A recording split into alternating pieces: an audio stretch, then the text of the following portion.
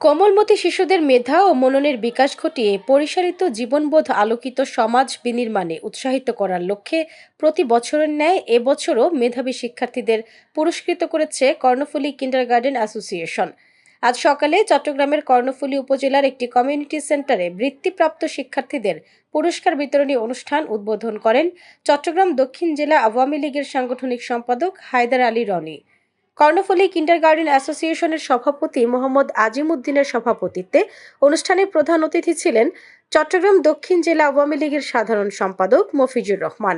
বক্তব্য রাখেন পটিয়া উপজেলা চেয়ারম্যান সমিতির সভাপতি চেয়ারম্যান আবুল কাশেম, চট্টগ্রাম কমিউনিটি হাসপাতাল অ্যান্ড ডায়াগনস্টিক সেন্টারের ব্যবস্থাপনা পরিচালক ডক্টর শাহ আলম, বাংলাদেশ কিন্ডারগার্টেন অ্যাসোসিয়েশনের চেয়ারম্যান মোহাম্মদ দিদারুল ইসলাম, অধ্যাপক হেলাল উদ্দিন, দ্বিজেন ধর সহ আরও অনেকে।